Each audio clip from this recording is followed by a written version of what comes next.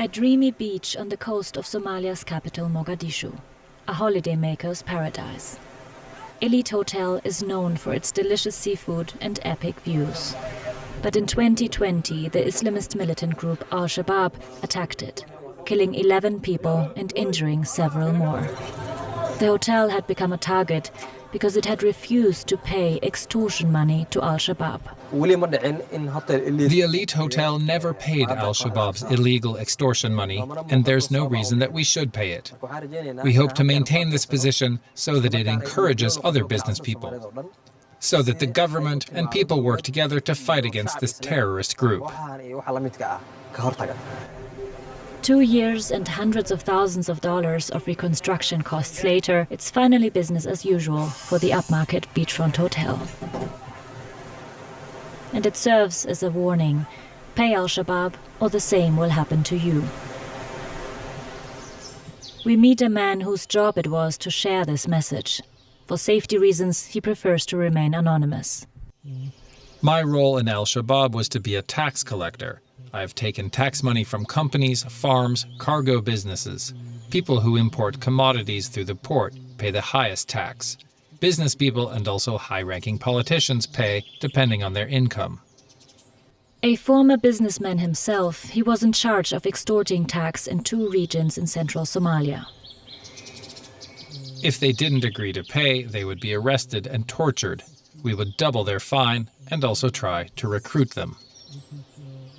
He says he's also been on the receiving end of these threats. In 2014, al-Shabab came into his town and asked him to pay $5,000. Back then he owned several malls and shops. When he refused to pay, he was arrested. They tortured me. They said you were with the enemy. They handcuffed me and beat me. Sometimes they put my head under muddy water. He eventually agreed to join in order to protect his family, he says. After 5 years, he managed to escape. Since then, he's been living in hiding and in constant fear.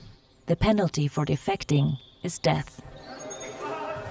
Taxation is the group's biggest source of income. Security analysts estimate al-Shabab's annual budget is around $180 million. Shabab ask taxation because they believe that they are the real government of Somalia, but on our eyes, they are the shadow government in this country.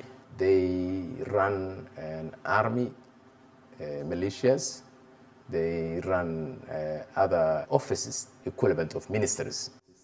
He says almost all businesses in the country pay tax to al-Shabab, meaning they're being double taxed, once by government and once by the Islamist militants.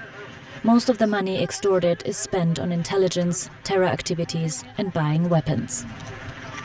Al-Shabab is much more stronger than the government of Somalia, not because of they have more weapons or they have more manpower, but their system have the capability of enforcement, whereas the government of Somalia have not.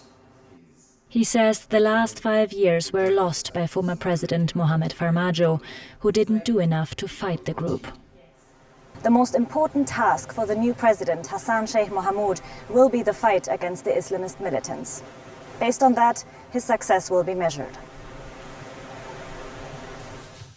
And now to get more of an understanding of al-Shabab, we've invited Omar Mahmoud onto the program. He is a senior analyst for Somalia for the security think tank Crisis Group. Omar, we've just seen that report there that al-Shabab has a big and threatening presence in Somalia. We'll talk more about that in a moment. But I want to begin by asking you, how did al-Shabab come about in Somalia and what is the group's agenda?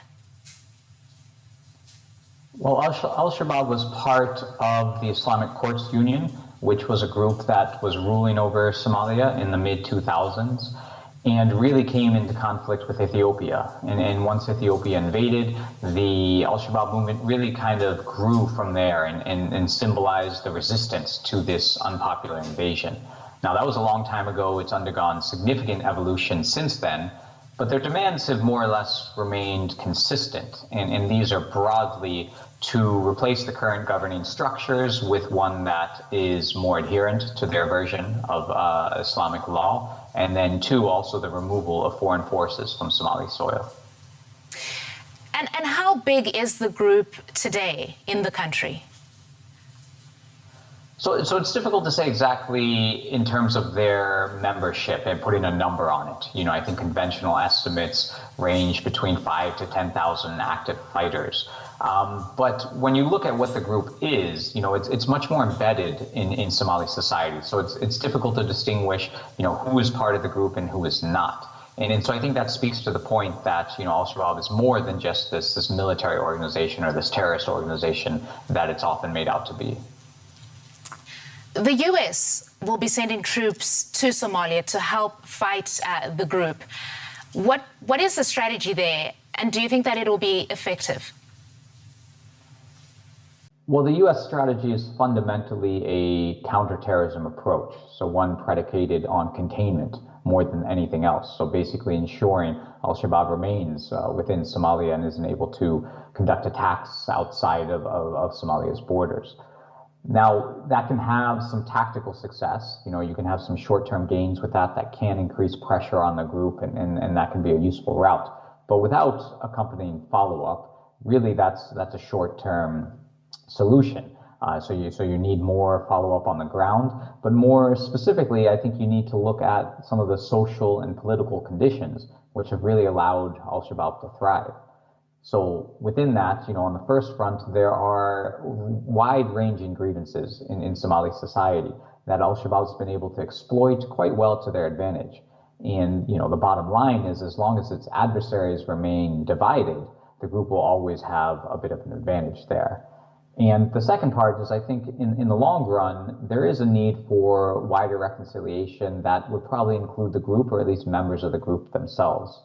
Given that there doesn't appear to be a military defeat of this organization over the past 15 years and no end in sight. All right, that's Omar Mahmoud talking to us there from Crisis Group. We appreciate your insights. Thank you.